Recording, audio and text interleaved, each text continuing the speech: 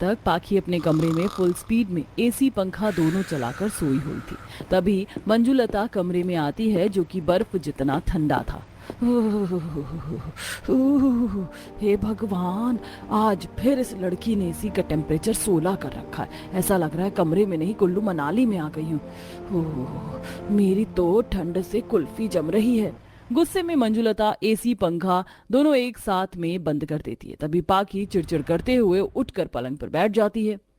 Mummy, तुमने AC पंखा बंद क्यों किया? प्लीज चालू कर दो, नींद आ रही है। क्यों, रात में क्या अचार डालती है जो सुबह के टाइम भी सोने की पड़ी है? पहले ही इतनी लेट से उठी है, जब देखो एसी पंखा चालू करके रायते के जैसे फैल जाती है। थोड़ा एसी पंखे को भी आराम दे। मम्मी यार, ये कोई कार की टायर थोड़ी है जो चल चल कर घिस जाएगी।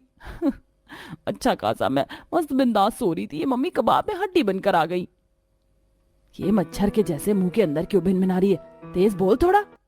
मेरी क्या मजाल जो मैं आपके आगे कुछ बोलूं माते? माते की लाते नहीं खानी है ना तो दोबारा से पंखा एसी दोनों एक साथ नहीं चलना चाहिए। पता है इस महीने पूरे 25,000 का बिल आया है। इतना तो रसोई में राशन सब्जी में खर्चा नहीं, जितने की तू एक महीने में बिजली फूंक डालती है। मम्मी, इतनी उबलती गर्मी में पंखे एसी की ठंडी ठंडी हवा खाए बिना गुजारा भी तो नहीं है। आपको पता है ना मुझे इस चिपचिपी गर्मी के मौसम से कितनी एलर्जी है। मम्मी प्लीज आधे घंटे के लिए पंखा चालू करो, सुबह से एक झपकी मारने दो। अब चाहती हो कि मेरी नींद पूरी ना हो और मेरे चेहरे का ग्लो खो जाए? बस बस, ज्यादा मक्खन मत लगा, चुपचाप से फ्रेश होकर नाश्ता पानी कर ले। मुझे झाड़ू मारने दे और ये एसी की लत मत पाल, पता नहीं कल को कैसा ससुराल मिले। मम्मी आप तो ऐसे ही बोल रही हो जैसे मेरी शादी बाबा आदम के जमाने वाले ससुराल में करवाओगी जहाँ बगैर पंखे के रहना पड़ेगा। कुछ ही देर में पाखी फ्रेश होकर डाइनिंग टेबल पर आ जाती है और वहां भी टेबल फैन चलाकर ब्रेकफास्ट करती है। यार ये टेबल फैन मस्त पराठेदार चलता है, गर्मा गर्म पराठे को 5 मिनट में ठंडा कर देता है। गर्मी में तो ठंडा खाना खाने का ही स्वाद है।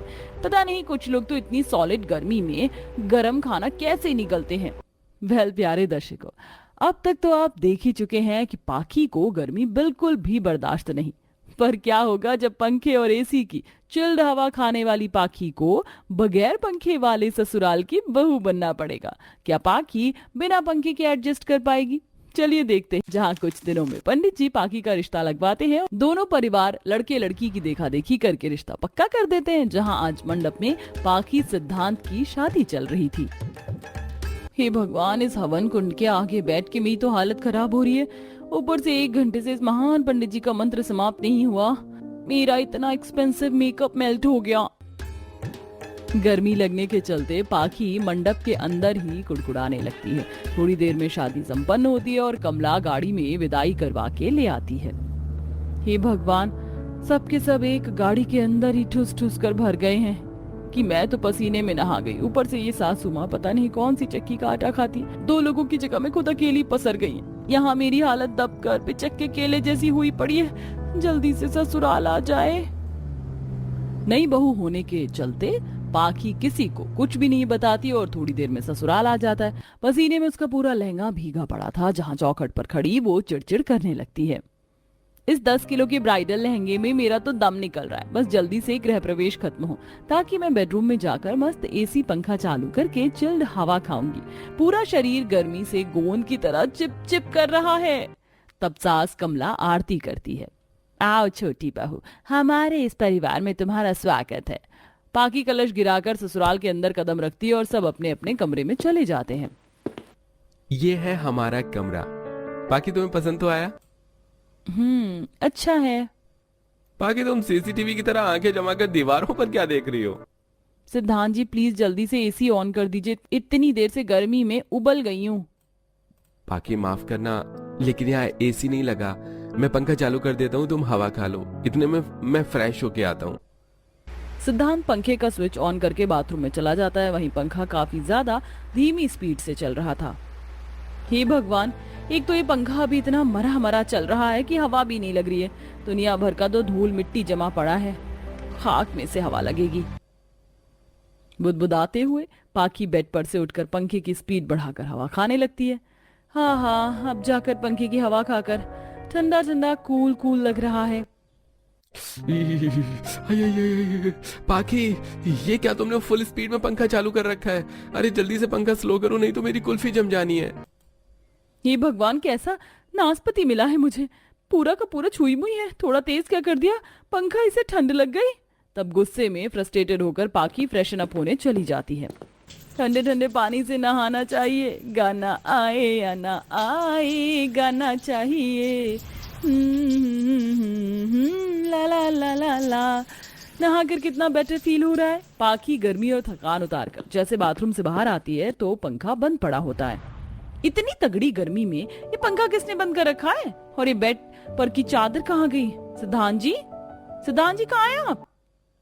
की सारी लाइट्स भी ऑफ है। भूत बंगले जैसा लग रहा है मुझे तो, डर भी लग रहा है। पाखी डरते डरते आगे बढ़ती है, तभी पीछे से उसके दोनों नंद निधि चारू हाथों में तकिया चादर लेकर आते दिखती हैं। अरे चारू, निधि, तुम दोनों बेडशीट पिलो लेकर क्यों घूम रही हो? और बाकी लोग कहाँ हैं? भाभी, सब लोग छत पर हैं, आप भी हमारे साथ चलिए। वैसे आपने आते टाइम कमरे का पंखा बंद तो कर दिया था। पंखा तो पहले से ही किसी ने बंद कर दिया था, बस लाइट जल रही है। भाभी, आप निधि के साथ छत पर चलिए, मैं बेडरूम की लाइट बंद करके आती हूँ, वरना फालतू में बिजली का बिल उठेगा। कुछ ही देर में बहू जीने से छत पर आ जाती है। जहां आरुषि सबके लिए बिस्तर डाल रही थी, वहीं दादी सास के लिए खटिया बिछा था और बच्चे हवा में खेल कूद रहे थे। ये आज तो छत पर कितनी ठंडी ठंडी हवा चल रही ना, आज तो मस्त नींद आएगी शालू। मैं तो चाची के बगल में सोऊंगी। हाँ आरुषि भाभी, नीचे तो बिजली भी नहीं कटी, तो फिर इतनी घमस और गर्मी में छत पर बिस्तर करने की क्या जरूरत है? नीचे पंखा चलाकर सो जाएंगे। पाखी के पंखे में सोने की बात सुनकर कमला कंजूसपन दिखाते हुए कहती है, अरे बहू, जब छत पर फ्री फोकट में इतनी ठंडी ठंडी ताजी हवा खाने को मिल रही है तो फालतू में क्यों बिजली खर्च करना? इतना बड़ा खुला छत है, इसका इस्तेमाल करो। पर मम्मी जी, मुझे बगैर पंखे के सोने की आदत नहीं है। अरे पोता बहू, एक बार छत पर सोकर तो देख, कितनी शुद्ध हवा चल रही है। इसके आगे एसी भी फेल है। कहाँ ठंडी हवा चल रही है? पता नहीं इन लोगों को ये गरम गरम लू की हवा खाने में ठंडक कहाँ से लग रही है। पूरा ससुराल एक लाइन से जमीन पर लगे बिस्तर पर लेट जाता है। जब बहू बिस्तर पर सोती है तो गर्मी से इतना जल रहा होता है कि बेचारी पॉपकॉर्न के जैसे उछल पड़ती है। आई मम्मी, भैंस की आंख, ये बिस्तर भी कोयले की तरह सुलग रहा है। अरे क्या हो गया पोता बहू, एकदम से बिस्तर पर से उठकर क्यों बैठ गई? सो जा। मम्मी मम्मी, लगता है गर्म बिस्तर पे सो के चाची के बम जल गई। आरव, बैड मैनर्स, चुपचाप सो जाओ। आरव की बात पर बेचारी बहू शर्म से पानी पानी होकर गर्मी में चादर ओढ़ के सो जाती है और 5 मिनट में ही गर्मी पसीने में भीग जाती है। देखते देखते ससुराल वाले खर्राटे मारने लगते हैं। हे भगवान, कहीं मेरे ससुराल वाले पी के तो नहीं है? मुझे तो ये पक्का तीसरे गोले से छूट कर आए लगते, वरना बगैर पंखे की इतनी गर्मी में नींद कहाँ आती है। जहाँ ससुराल वाले बगैर पंखे में भी कुंभकर्ण की तरह सोए हुए थे, वहीं बेचारी बहू की रात जग कर कट जाती है और सुबह 5 बजे के बाद थोड़ी ठंडी हवा चलती है तो बहू को नींद आ जाती है। तभी पार्वती सबको जगाती है। अरे केतन, कमला, सिद्धांत, कार्तिक, निधि, चारू, उठो सबके सब। अरे सूरज देवता चढ़ गए हैं और तुम लोग पूरब में पैर करके सो रहे हो, पाप चढ़ेगा, चलो उठो। अरे नहीं पोता बहू, तुझे अलग से बोलूं, उठ चल। बस उठ रही हूँ दादी जी, 2 मिनट। अरे तू बिल्कुल तेथर है क्या? उठ जल्दी से। यार ये दादी माँ, मुझे जहर लग रही है। खुद तो पूरी नींद कर ली, मेरे सोते टाइम मछली बाजार बना दिया। देवरानी जी, जल्दी जल्दी बिस्तर उठवा दो। जी भाभी। वैसे भाभी, आज तो आपकी पहली रसोई, आज तो स्पेशल खाने को मिलेगा। हाँ हाँ, मैं तो हलवाई लग रही हूँ, फालतू में रात में नाइट ड्यूटी लग गई। तब दोनों देवरानी जेठानी सारा बिस्तर समेट के नीचे लाती हैं। कमरे में आते ही पाखी फुल स्पीड में पंखा चलाकर लेट जाती है। अभी तो सुबह के 6 भी नहीं बजे, आधे 1 घंटे लुढ़क जाती हूँ। बेचारी बहू को अभी सोए 10 मिनट